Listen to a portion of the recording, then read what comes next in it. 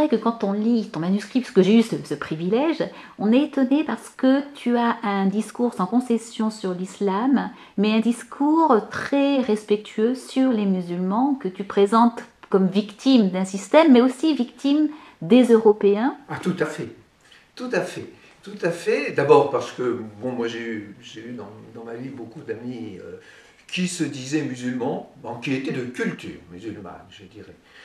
Je rappelle que quand je faisais mes études, je crois que aucun de mes amis nord-africains ou moyen-orientaux n'allait à la mosquée. Il y en avait un qui était Mokhtar Ould-Daddah, qui avait été ensuite président de la République de Mauritanie, mais tout le monde s'étonnait de sa grande piété. Pour le reste, ils étaient complètement assimilés, il n'y avait aucun problème. Et puis j'ai vu la montée de ce totalitarisme. Et je dis que bon, ben, ils se sont retrouvés trop nombreux, on a pu exiger d'eux l'assimilation. Ils se sont trouvés trop nombreux pour tous avoir du travail. Et des deux côtés, ben, ça s'est fracturé, ça ne marchait plus. Et à ce moment-là, ben, ils ont été en recherche d'une fierté d'appartenance. C'est un mot sur lequel j'insiste beaucoup. Le livre est construit sur deux grandes idées. C'est qu'il y a des identités culturelles. L'Europe n'est pas l'islam, l'islam n'est pas la Chine n'est pas l'Inde. Je respecte ces personnes. Quand on parle d'intégration comme ça, sans dire comment ça doit se faire, mais c'est du racisme. On accepte l'islam qu'à condition qu'il ne soit plus l'islam. Bon, pour moi, l'islam, ça existe. Il y a 57 pays qui se disent islamiques. Bon, ben, ceux-là, c'est l'islam. Le reste, les visions de certaines bonnes âmes en France, ça, c'est pas l'islam. C'est du racisme. Je dis, le racisme, il est de ce côté-là. Donc, je dis qu'il y a encore beaucoup de musulmans, je mets entre guillemets, de gens qui appartiennent à cette culture, à cette civilisation musulmane qui sont en France. Mais si on les met sous la coupe du CFCM, là, si on dit vous êtes définis comme musulmans, mais on va les mettre sous la coupe des pires wahhabites, des pires totalitaires. C'est un mépris vis-à-vis d'eux. Ce sont des individus. Ils ont le droit de dire je suis athée, je suis apostat, je veux devenir chrétien. Voilà, et je refuse de reprendre à mon compte les condamnations à mort des juifs qu'on trouve dans le Coran ou dans les faits et les paroles du prophète, qui est le beau modèle. Ces gens-là, il faut les protéger. Je les aime, ces gens-là sont mes amis, comme sont mes amis les Chinois, les Indiens, les bouddhistes. Moi, je ne suis pas du tout un obsédé je sais pas, on peut me traiter d'islamophobe, ça m'est totalement indifférent, mais je dis que mon ennemi, c'est l'islam. C'est pas les musulmans, c'est l'islam. L'islam qui est en train de s'implanter grâce en particulier à nos fameux amis du Qatar. Il ne faut pas oublier quand même que Al Jazeera, la télévision satellitaire, abrite depuis sa création un monsieur Qaradawi qui a les plus beaux titres de l'islam. Il est président numéro 1 des oulémas. Et bien ce monsieur, quand il prêche en arabe, et j'ai le privilège de pouvoir l'écouter, il dit des choses absolument abominables. Abominables. Il a dit par exemple que Hitler avait justement châtié les juifs et qu'il espérait que la prochaine fois, ce seraient les musulmans qui viendraient compléter l'ouvrage. Or ce monsieur, il a été refusé un visa l'année dernière, mais il est venu très souvent en France. Et puis, l'homme qui le paie, l'homme qui lui permet de s'exprimer, c'est l'émir du Qatar, qui est reçu par nos hommes politiques de droite, nos hommes politiques de gauche, à qui on permet d'entrer dans nos sociétés commerciales, même celles qui ont une valeur stratégique. Alors à quel jeu joue-t-on? C'est là que je dis que les Européens sont très coupables, et puis ils sont coupables aussi de la haine de soi, du déni, je ne sais pas. Nous avons une formidable civilisation. Nous avons apporté au monde nous avons mis fin à l'esclavage, nous avons apporté au monde une considération de l'autre qu'on ne trouve pas dans beaucoup de civilisations. Pourquoi faudrait-il que nous plaidions coupables de tout et que... Non, j'appelle aussi les Européens à un sursaut, se rappeler ce que veulent dire des mots comme en latin virtus, l'honneur. Moi, je pense que l'honneur, je termine mon livre là-dessus, c'est un don qu'on se fait à soi-même.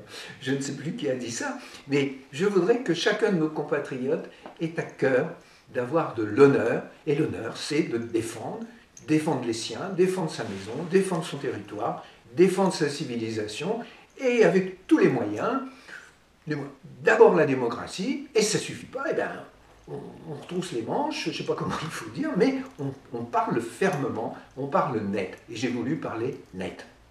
C'est merveilleux parce que tu as répondu à la question que j'allais te poser, puisque j'allais évoquer le dernier chapitre de ton livre où tu donnes des solutions. Les solutions, la Reconquista est possible, et voilà comment, et tu donnes des choses très concrètes.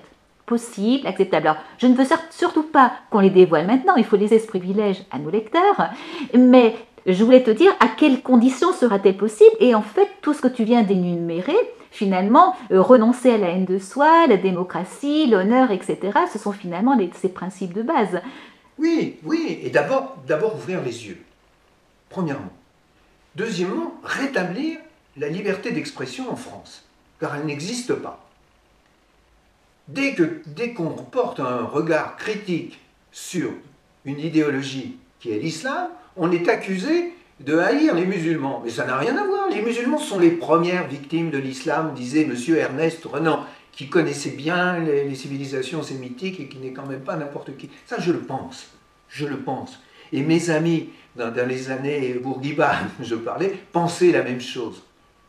Et je suis fidèle à eux. Je me souviens que l'un d'eux m'a dit j'ai fui le Moyen-Âge. Où irai-je si vous le faites venir ici? Superbe. Ouais. Et cet ami, je l'aimais beaucoup et je pense souvent à lui. Donc, il y a des moyens démocratiques. Moi, je suis un démocrate. C'est pas, je ne veux pas qu'on utilise pour lutter contre un totalitarisme des moyens totalitaires. Je veux la démocratie. La démocratie, c'est de dire la vérité, c'est de la regarder et de dire ceci est acceptable dans une démocratie, ceci ne l'est pas. Le voile n'est pas acceptable dans une démocratie. Il faut le dire. Les prêches de M. Karadawi ne sont pas acceptables dans une démocratie. Donc, ouvrir les yeux, je donne des recettes évidemment, mais je dis c'est un combat qui va être un combat intellectuel, moral, spirituel, civilisationnel, culturel, employons tous les mots. C'est un combat global. Et c'est un combat qui concerne chaque Européen. Chaque Européen. Or, je constate qu'actuellement, beaucoup de gens ne veulent pas voir. On s'arrange. Les accommodements raisonnables. Mais quelle monstruosité que cette chose. On ne se rend pas compte que quand on accepte de modifier un cours d'histoire, de changer le règlement d'une piscine, on dit, c'est pas grand-chose. Pas du tout. C'est une victoire de l'islam pour les wahhabites.